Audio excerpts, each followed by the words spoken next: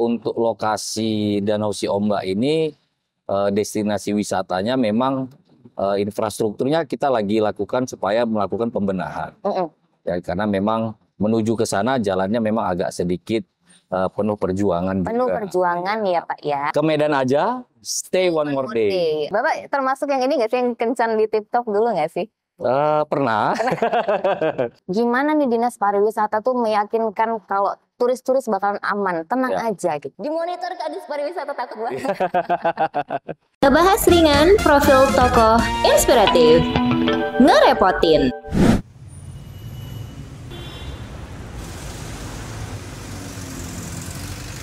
Buat teman-teman yang di luar kota Medan, kira-kira kalau kalian ke Medan tuh pengennya kemana sih?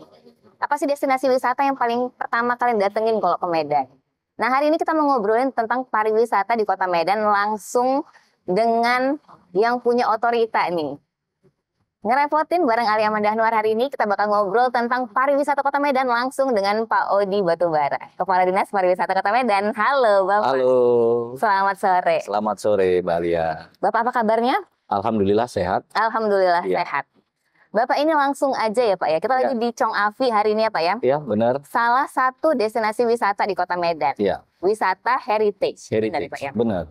Ini pertanyaan pertama nih buat Bapak nih. Misalnya nih, kita punya teman yang pengen datang ke Medan. Iya.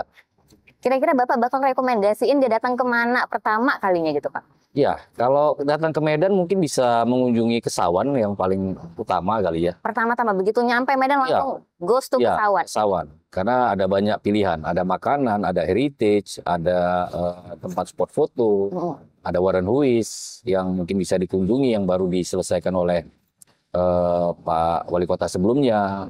Nah, itu juga mungkin salah satu destinasi yang mungkin kita bisa lihat bagaimana Kota Medan di awal dulu. Oke, Ya. jadi kalau sekarang jalan-jalan di Kesawan tuh udah santai banget ya Pak ya? Kayaknya udah banyak berubah ya dari Kesawan yang dulu ya? Oh, udah jauh. Ya, artinya dulu pedestriannya mungkin terlalu kecil, sekarang pedestriannya lumayan lebar dan orang-orang juga lebih senang duduk-duduk di sini. Yes, Ya. benar.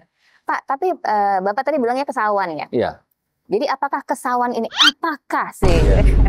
Jadi apa Kesawan ini salah satu apa ya, destinasi wisata yang paling dibanggakan nih sama Dinas Pariwisata Kota Medan? Ya, of course. Karena Kesawan ini adalah pusat perdagangan, bisa dibilang pusat perdagangan yang cukup besar di Kota Medan pada saat itu. Sehingga titik nol Kota Medan juga berada di dekat Kesawan ini. Mungkin tidak berjauhan dengan Lapangan Merdeka, di depan kantor pos Di kita. kantor pos, Iya. Pak ya. Iya.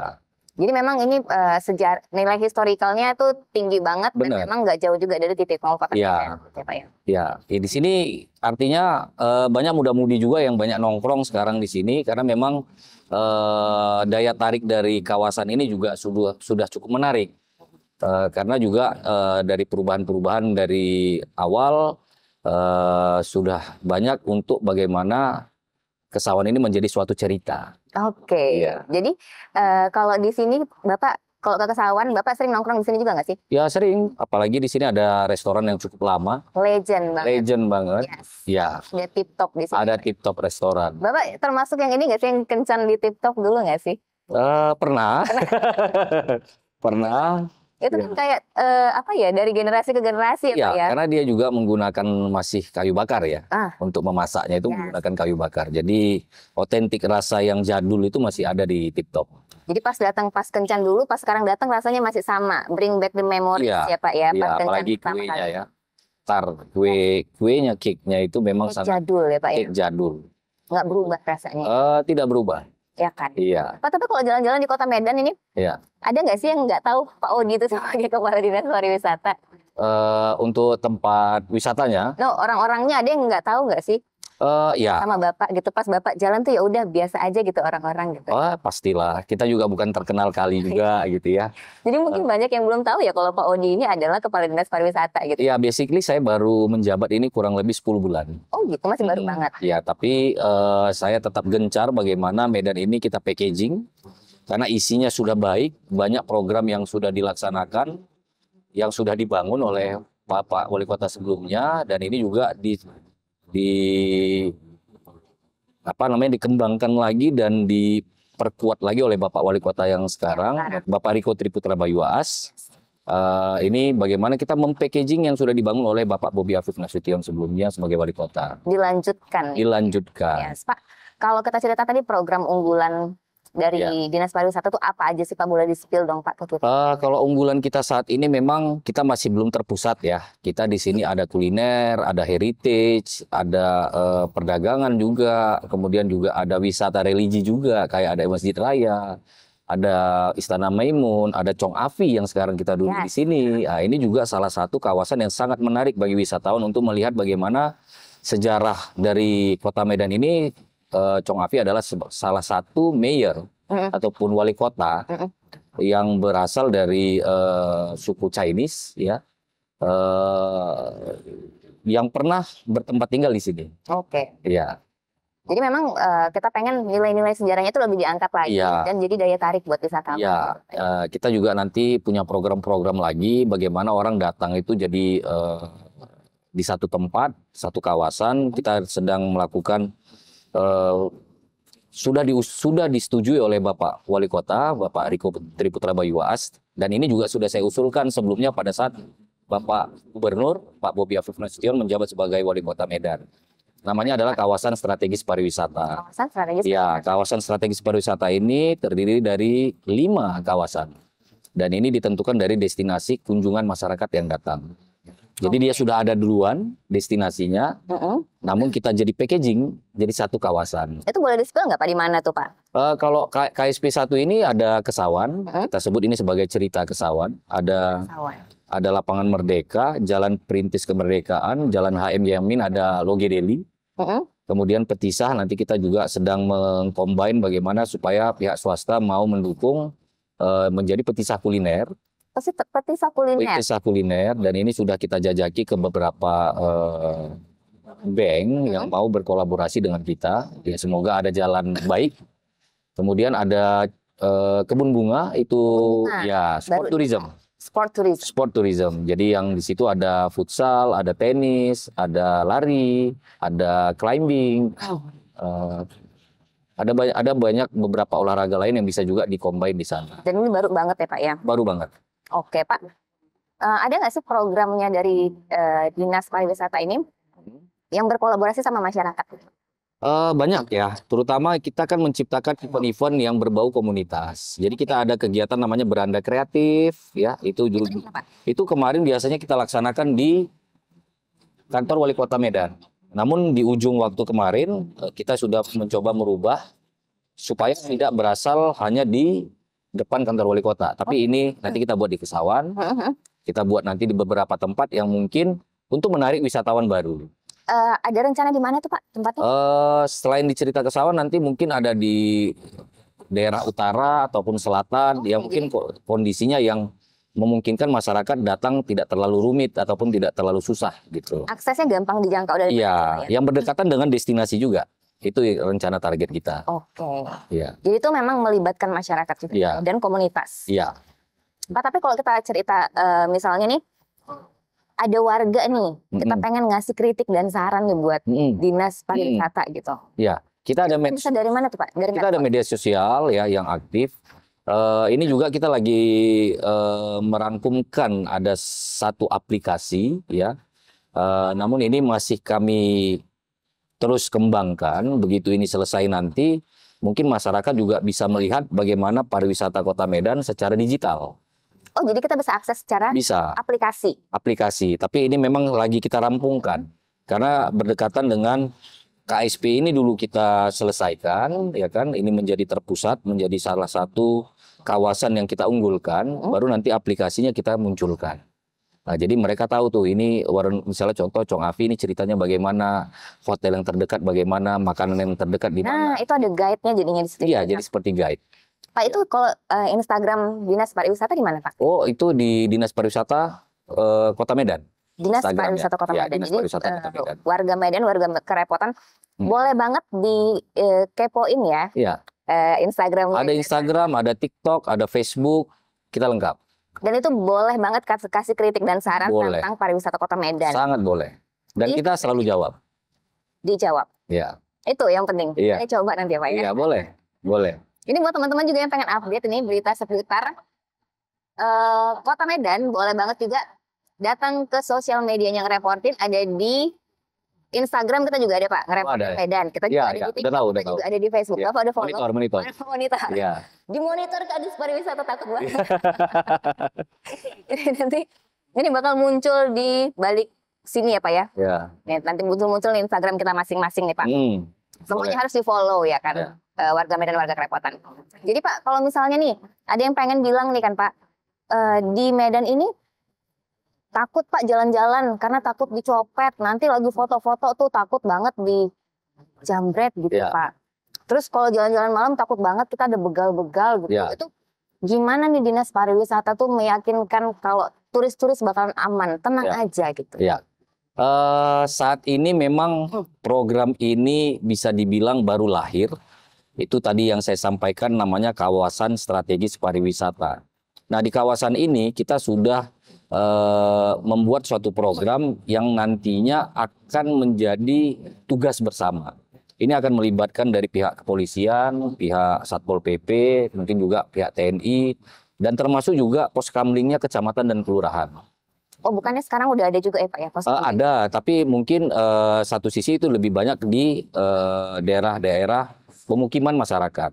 Nah, ini kan kawasan strategis ini memang daerah yang dianggap pusat bisnis dan pusat wisata, sehingga itu nanti kita harus lebih perketat lagi dengan kita sebut namanya zero kriminal. Zero kriminal. Zero kriminal di kawasan strategis pariwisata. Gimana tuh tadi bisa zero kriminal dengan mengaktifkan tadi Ya, yang pertama nanti ada patroli lah pasti ya. patroli? Patroli, kemudian nanti akan kita libatkan pihak kecamatan, pihak kelurahan, bagaimana poskamling mereka ini bisa ngeronda di jam-jam yang mungkin bisa dibilang jam-jam rawan itu. Jadi pemuda setempat kita juga ajak supaya mau juga peduli terhadap keamanan di wilayah mereka tinggal. Ini mungkin saya terinspirasi dari bagaimana Bali itu ada namanya pecalang. Pecalang. Ya, saya terinspirasi dari situ bagaimana masyarakat setempat itulah yang menjaga keamanan dan ketertiban yang paling pertama. Benar. Sebelum adanya pengaduan ke pihak berwajib atau kepolisian. Oke. Itu. Pak, ini kita juga punya masalah parkir nih, Ya. yang lagi happening banget ya. Parkir kita nih, ada yang bilang ugal-ugalan banget harganya untuk wisatawan gitu. Terus habis itu kadang-kadang juga ada kayak pungli-pungli gitu Iya, kan Pak jadinya. Nah itu gimana lagi tuh Pak cara memastikan supaya itu zero kriminal tadi Pak? Ya. Itu kan nggak di waktu malam ya Ya. kita patrolinya. Ya. Kalau ini kan kapan aja bisa terjadi gitu Pak. Ya, dengan adanya kolaborasi dengan seluruh stakeholder, karena ini dikeluarkan oleh Bapak Wali Kota sebagai peraturan, sehingga kawasan ini juga harus mengikuti peraturan tersebut. Oke. Jadi, kalaupun ada yang seperti itu, nanti kita akan memberikan suatu mungkin peringatan ataupun memberikan informasi kepada stakeholder terkait. Nah, sehingga stakeholder terkait ini bisa memonitor lebih kuat lagi bagaimana supaya hal itu jangan terjadi. Jadi lebih ke monitoring sih sebenarnya. Monitoring dan juga ya pengawasan lah ya.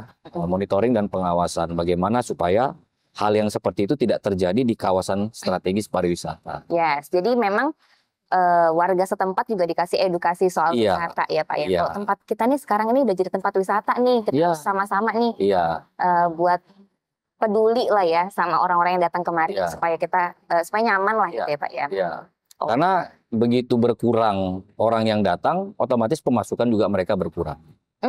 Kalau bertambah yang datang dengan kita menjaga intensitas kita untuk kawasan ini, semakin ramai orang datang. Nah, kita tuh pengennya semakin ramai. Semakin orang ramai. datang.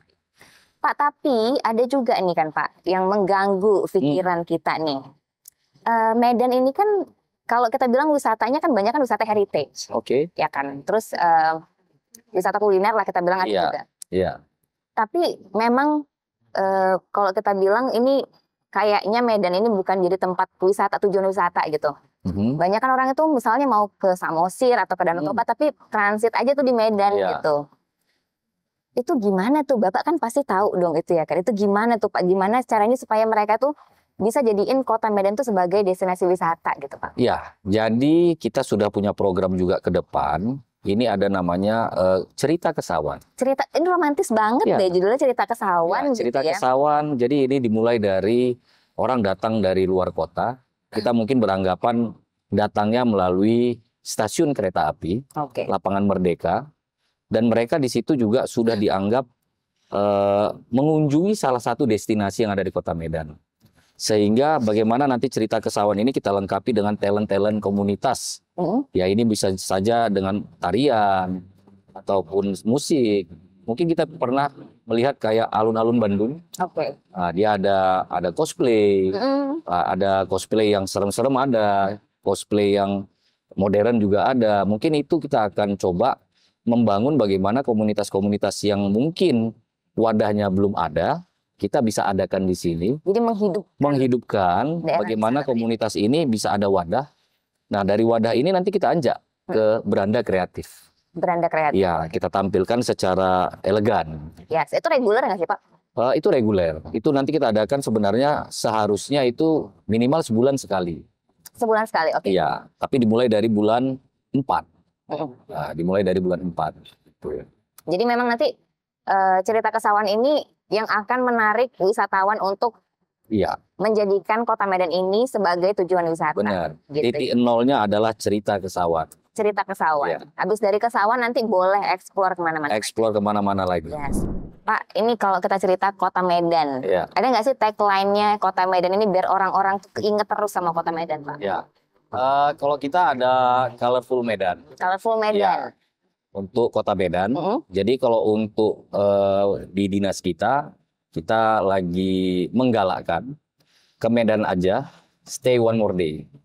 Ke Medan aja stay Iya. one more day. Iya. Gitu. Ini kan romantis banget ya. Iya. Kota Medan ada cerita Kesawan, Iya. ada stay one more day gitu. Iya. Ini kalau disampaikan sama pasangannya stay Iya. one more day dong gitu ya. Kan luluh gitu Iya. pasti ya Pak Benar. ya. Jadi Jadi kalau ke Medan misalnya kita mau honeymoon gitu pas banget ya. ya, Menikmati keromantisan benar. dari Kota Medan. Iya. Kita jajakan bagaimana cerita Kesawan, kita ada heritage, jadi foto-foto yang mungkin bisa juga dijadikan kenang-kenangan. Nah itu foto Iya. di bangunan-bangunan tua itu kayaknya lebih apa ya Pak ya, Lebih kesannya estetik. lebih estetik. Iya. Itu yang kita Iya. suka ya kan Pak. Benar. Pak, tapi kalau kita cerita ke Medan stay one more day, Iya. pengen-pengen aja sih Pak kita stay one more day di Kota Medan. Benar. Tapi selain tadi kayak masalah pungli, masalah parkir, Iya. masalah takut jambret, Iya. takut begal dan lain-lain itu, ada lagi satu masalah kita yang cukup apa ya kita bilangnya Pak ya, cukup mengganggu pikiran dan juga mata. Masalah sampah, Oke. ya Pak, di Kota Medan. Jadi ada juga dengar ada beritanya ya Pak ya, baru-baru ini ada yang cerita tentang Danau Si Ombak. Danau Si Ombak itu masuk dalam salah satu daftar destinasi wisata Kota Medan. Ya. Dan itu isinya sampah semua Pak. Oke. Nah, apakah Bapak tahu itu sih?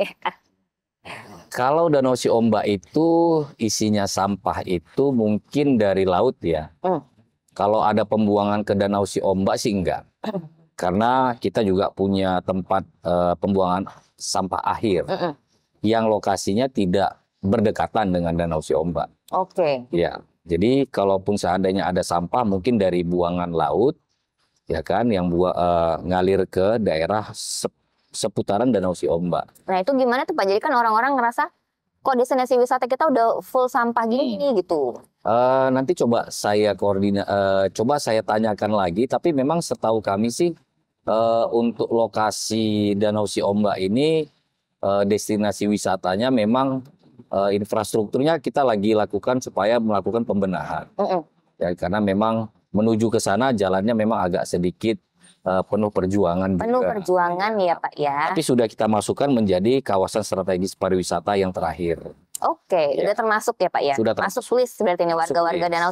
Danau Si Iya. Ombak udah tinggal nunggu Pak Audi datang. Iya, jadi program ini kita berdasarkan infrastruktur yang sudah terbangun, kita jadikan kawasan ini kita packaging. Oke. Iya, Pak, tapi cerita dan daerah wisata. iya.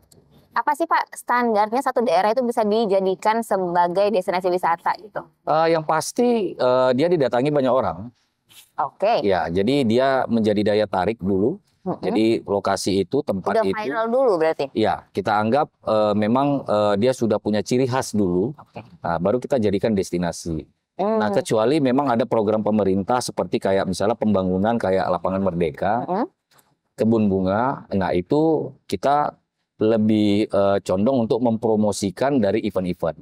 Oh, nanti bakalan sering dibikin event di situ. Iya. Jadi kita bisa datang ke situ untuk nikmatin eventnya. Eventnya ataupun mau menjadi peserta event. Nah, jadi kita merangkulnya melalui event-event. Tapi itu pun kalau misalnya ada lokasi-lokasi kuliner ataupun tempat-tempat wisata lain yang kita anggap perlu dukungan dari pemerintah Kota Medan, ya kita akan lakukan seperti membuat video, kemudian kita tampilkan di medsos-medsos kita, jadikan cerita.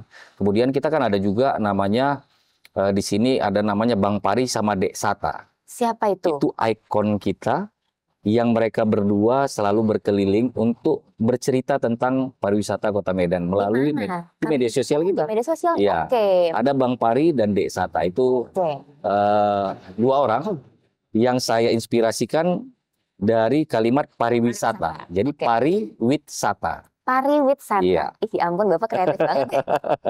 Kepikiran aja ya. Iya. Jadi si Pari sama wisata sama si Sata ini dia keliling-keliling Kota Medan kasih tahu kalian kalau mau ke Medan tuh ke sini nih gitu. Jadi kalau ada event-event dari kegiatan kita, biasanya kita munculkan dulu tuh si Pari sama si Satanya. Ini mereka yang spill. Mereka yang spill. Oke. Pak, tapi kalau misalnya tadi kan kita ceritanya wisata di sebuah tempat gitu. Tapi kalau kita cerita wisata kuliner nih, Pak. Iya. Misalnya nih, Ale tuh jualan lontong Medan. Dan Ale tuh pengen pas lontong Medan Ale pengen lontong Medan Ale tuh jadi destinasi kuliner di Kota Medan. Iya. Itu kira-kira bisa nggak, Pak? Bisa. Jadi selama ini kita juga ada melakukan pembinaan. Mereka mendaftar bisa. Oh, daftar bisa ya, Pak ya? Menjadi binaan Ekraf kita. Mm-hmm. Tapi di UMKM juga dia masuk. Jadi ini sebenarnya Ekraf sama UMKM ini kembar. Kita kan ada dinas UMKM juga. Nah, kita di pariwisata juga ada Ekraf. Ekraf itu ekonomi kreatif. Ekonomi kreatif. Jadi semua yang di mix sebenarnya yang tidak bersifat tradisional itu masuk ke kita. Oke. Nah, tapi kalau yang bersifat tradisional mungkin UMKM. Tapi UMKM itu ya general lah. Jadi kalau misalnya seperti itu mereka bisa kita daftarkan. Memang kita monitoring, kita daftarkan atau mereka mendaftar sendiri. Nah kemudian biasanya kita nih misalnya Ale ke Ekraf gitu, Pak. Iya. Itu daftarnya lewat mana, Pak? Kita ada online-nya. Ada online-nya melalui Google Form. Nah, itu kalau dia bertanya di medsos kita kirim untuk online-nya. Dan dia setiap bulan kita minta untuk melaporkan. Tapi ada standarnya nggak sih, Pak? Maksudnya usahanya harus otentik dari Medan, makanannya misalnya atau apa gitu, Pak? Oh, enggak. Intinya UMKM ini yang berjualan di Medan. Yang berjualan di Medan. Jadi walaupun dia karakternya dari daerah lain nggak ada masalah. Oh gitu. Ya tidak ada masalah. Yang penting satu sisi yang perlu kita tekankan ya bagaimana jualan dia juga menjadi daya tarik. Biasanya kita undang di event-event bazar. Kita letak itu di event-event bazar, mereka jualan, kemudian ya kita bisa perkenalkan usaha mereka. Oke, jadi mungkin di event bazar itu semuanya bakal dimunculkan UMKM dan pelaku Ekraf tadi, ekonomi kreatif tadi ya di situ. Benar. Oh berarti Alia kalau misalnya jualan lontong Alia nih, lontong Medan Alia bisa banget itu. Punya kesempatan, tapi karena memang banyak, jadi kadang kita kurasi juga. Oh gitu, Pak ada nggak sih, boleh di-spill nggak sih kira-kira kurasinya itu standarnya apa gitu biar bisa lolos kurasi gitu? Biasanya memang kita pasti memperhatikan tingkat kunjungan dia dulu. Oh gitu. Iya, tingkat kunjungan dia. Satu sisi walaupun dia tempatnya kecil tapi mungkin sudah mulai banyak orang yang datang. Ya walaupun bukan sampai antri kali enggak, tapi biasanya udah banyak yang datang ya. Iya. Besok nanti kalau misalnya kita udah daftar, nanti dari Dinas Pariwisata tuh bakal bantu untuk mempromosikan. Iya, bahkan pun kita menawarkan untuk mengurusi perizinannya, kemudian mengurusi hakinya. Nah, kita ada fasilitas juga untuk mereka mau mendaftarkan usahanya, mereknya secara resmi yang disebut sekarang namanya haki. Ya. Oke, jadi memang pemerintah mendukung banget ya untuk para pelaku UMKM yang pengen usahanya itu jadi destinasi wisata di Kota Medan gitu ya kan. Ih, seru banget. Ini buat teman-teman ya warga Medan, warga Kerepotan, nggak usah khawatir ya, Bapak kalau misalnya nanya ke Bapak ini pasti dijawab. Pasti dijawab di Instagramnya Dinas Pariwisata Kota Medan. Yes. Benar. Pak, ini kalau kita cerita Kota Medan ini kan wisatanya banyak banget ya.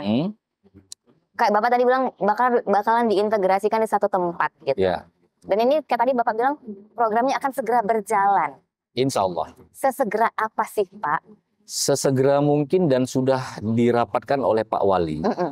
Tadi juga sore baru selesai kita rapat bagaimana program 100 harinya Pak Wali ini bisa terlaksana dengan cepat. Oke, jadi Bapak pengen semuanya dikerjakan dengan cepat ya Pak? Ya, Satset. satset. Jadi bagaimana supaya kawasan ini cepat supaya saya juga bisa lakukan promosi ke daerah-daerah lain. Oke, dan bisa melanjutkan program-program yang lain lagi. Benar. Oke.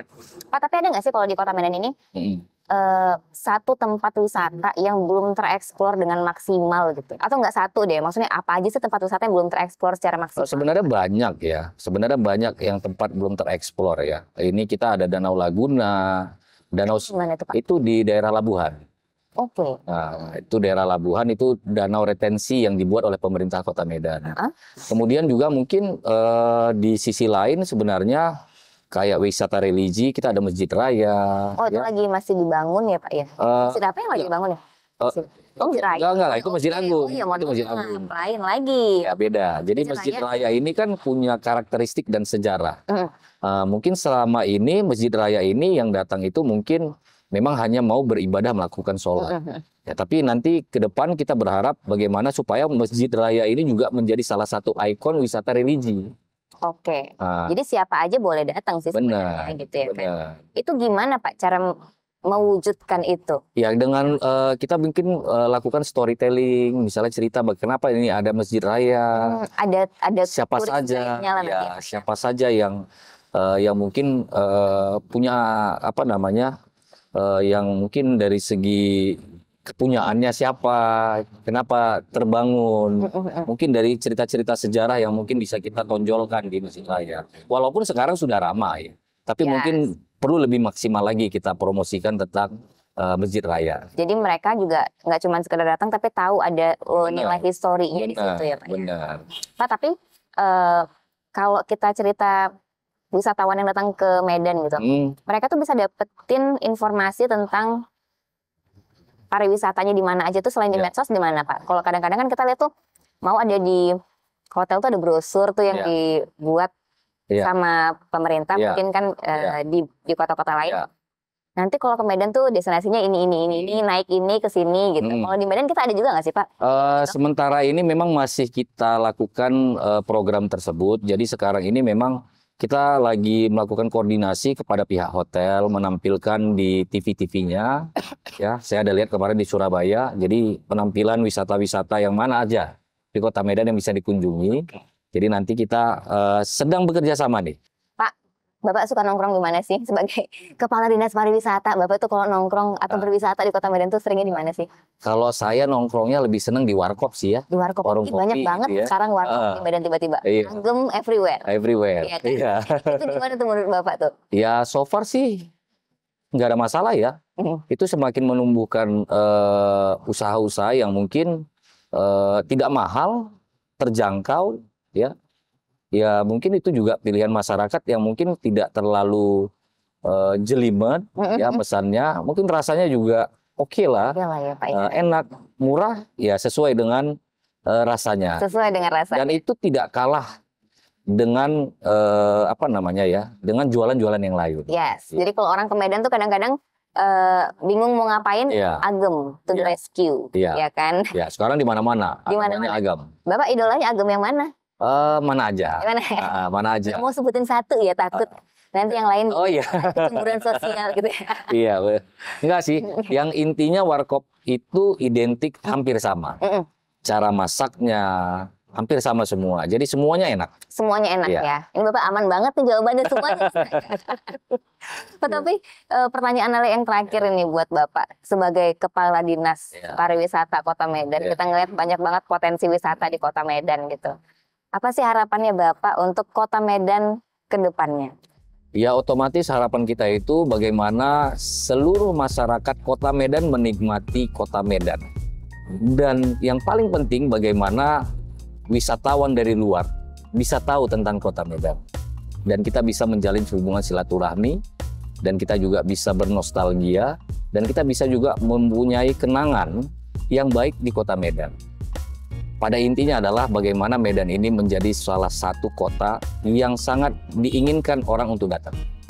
Oke, ini harapan kita semua juga ya Pak ya. Iya. Satu lagi dong Pak, Bapak kasih pesan buat warga Medan, warga Kerepotan supaya menjaga kota ini gimana sih caranya? Versi Pak Odi. Ya, kalau saya sih sebenarnya bagaimana kota Medan ini bisa kita jaga dengan kultur kita, dengan budaya kita.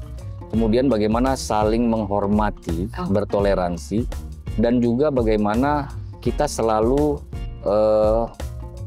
ramah terhadap orang lain. Itu yang paling penting. Ramah, kemudian bertoleransi, kemudian juga saling melindungi satu sama lain. Ya. Itu yang paling penting. Karena kita warga Medan soft spoken semua Iya, ya Pak ya. walaupun kelihatan kasar ya, Yes. tapi sebenarnya hatinya lembut kan orang Medan. Hello Kitty banget Iya, kita sebenarnya benar. asli, Pak ya gitu. Iya. Jadi dengan kelembutan kita dan keramat tamahan itu kita pengennya orang-orang nyaman ada di Iya, Medan, gitu ya, Pak ya. benar. Kita kelihatan keras, tapi sebenarnya hati kita lembut kan? Itu. Iya. Tampaknya udah lah ya casingnya kayak gitu Iya, ya kalau Pak ya. casing peta boleh. Tapi hatinya oval. Oval. Iya. Bentuknya oval, ada heart juga. Iya. Bapak, kita pengen banget ini Medan jadi salah satu destinasi wisata. Jadi Iya. pilihan orang lain untuk berlibur ke sini. Iya. Itu juga harapan kita. Ini semoga semua rencana yang Bapak bikin berjalan dengan lancar. Amin. Terima kasih banyak Bapak. kasih, Udah ngasih Alia. banyak banget informasi tentang pariwisata di Kota Medan. Jadi kita nggak worry lagi untuk berwisata di Kota Medan. Ya, harus. Harus. Baik turis lokal maupun turis dari internasional. Iya. Turis luar juga silakan datang kemari. Iya. Ke Medan aja, stay one more day. Ke Medan aja, stay one more day. Kita bilang ke situ dong Pak. Oke? Ya satu lagi Pak. Ya. Gimana Pak? Ke Medan aja, stay one more day. Oke. Bapak terima kasih banyak waktunya. sama-sama. Sehat selalu buat Bapak ya. Ya. Dan buat tim Bapak, semoga semua programnya berjalan lancar dan Amin. cepat berjalan. Amin. Sukses. Ya. Amin. Makasih. Sama-sama Bapak. Warga Medan, warga Kerepotan, kalian udah tahu kan kalau ke Medan ini banyak banget ya destinasi wisata yang bisa jadi pilihan. Dan kalau bingung, kalian tadi bisa cek di sosial medianya Dinas Pariwisata Kota Medan. Nggak usah khawatir lagi, semuanya akan bakalan aman, sentosa, dan tentram untuk berwisata di Kota Medan. Kita ketemu lagi di Ngereportin selanjutnya. Bapak, bye-bye ke situ boleh dong Pak? Bye-bye. Ngerepotin.